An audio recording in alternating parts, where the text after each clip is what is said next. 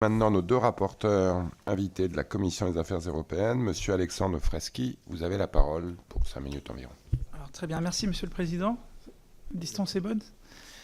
Très bien, parfait. Écoutez, d'abord, je vous remercie, Monsieur le Président, de nous avoir permis de présenter cette proposition de résolution européenne au sein de votre commission. Je remercie Monsieur Saint-Pastous aussi d'avoir su tirer de cette PPRE finalement l'essentiel de nos propositions, du travail que nous avons mené avec André Chassaigne durant de longs mois. Et bien sûr, remercier aussi la qualité des interventions des différents orateurs des groupes. Voilà, ce qu'il y a à dire par rapport à la PAC 2020, qui est l'objet finalement de notre réunion actuellement, c'est que celle-ci était bien mal engagée lorsque nous avons commencé à élaborer notre rapport et qu'au fil du temps, on s'est rendu compte que la France a réussi à récupérer une situation de leadership par rapport à une situation où elle était plutôt initialement sur du laisser-faire. Et aujourd'hui, le ministre de l'Agriculture s'est fortement engagé aussi à réunir autour de lui, vous l'avez peut-être lu récemment, vous avez peut-être pris connaissance du mémorandum de Madrid, qui regroupe autour du ministre de l'Agriculture et de l'Alimentation un ensemble de pays prêts à défendre une position pour la PAC ambitieuse et à l'image de ce qu'elle a été jusqu'à présent, c'est-à-dire effectivement une politique au service des agricultures, des agriculteurs et des consommateurs. Alors, bien sûr, il ne faut pas se voiler la face, il y a eu des succès, il y a eu des échecs. Et s'il y a eu des succès, ceci, on pourrait simplement dire que pourquoi ne pas avoir continué les objectifs initiaux qui étaient une aide directe simplifiée auprès des agriculteurs et mettre en place des dispositifs assez complexes d'aide et de soutien aux agricultures. Eh bien, parce qu'on a à chaque fois été obligé, au niveau de la politique agricole commune, de subir nos transformations.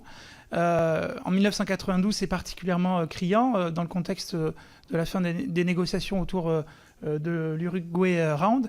À partir de là, toutes les transformations qui ont eu lieu au niveau de la politique agricole commune n'ont pas été élaborées. Et là, je reviendrai sur un mot qui a été prononcé par un des orateurs, n'ont pas été proposées de manière stratégique.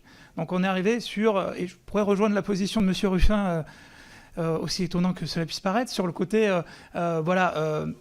engrenage dans un système qui puisse être finalement contre-productif, puisque ça a complexifié les choses et on est parti sur des choses qui manquaient de lisibilité. Je voudrais simplement recontextualiser certains points, en particulier M. Potier, tout à l'heure vous évoquez effectivement le fait que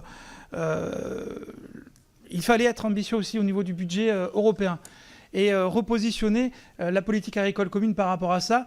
Vous le savez, c'est 40% du budget, à peu près 40% du budget européen est consacré à la politique agricole commune, ce qui peut sembler important, sauf que si on reprend ces 40% par rapport aux 1% des budgets communautaires qui constituent le budget de l'Union européenne, puisque c'est à peu près 1% de chaque État qui contribue au financement, à la constitution du budget européen, c'est très peu. Voilà, c'est très peu. Et donc, on est sur 40% des 1% des budgets de chaque État membre. Donc, ça, c'est un point extrêmement important, d'autant plus qu'effectivement, vous l'avez souligné, de nouvelles politiques communautaires sont à mener sur la défense et sur la politique migratoire. Donc, ça, c'est d'autres questions, mais je pense que nous aurons à y répondre au sein de la Commission des Affaires européennes ou dans d'autres commissions.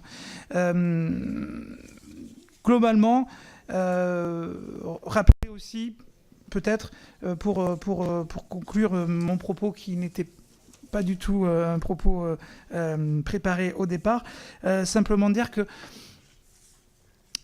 nous avons en France des agriculteurs qui, effectivement, sont au cœur d'une politique gouvernementale quand même assez forte. On a vu la séquence Egalim qui a été l'objet de longs débats.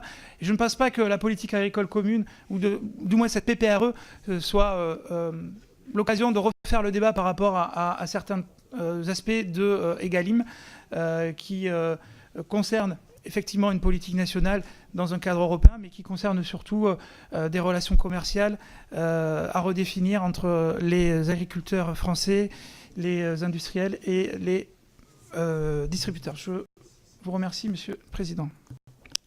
Merci. Et pour terminer cette série,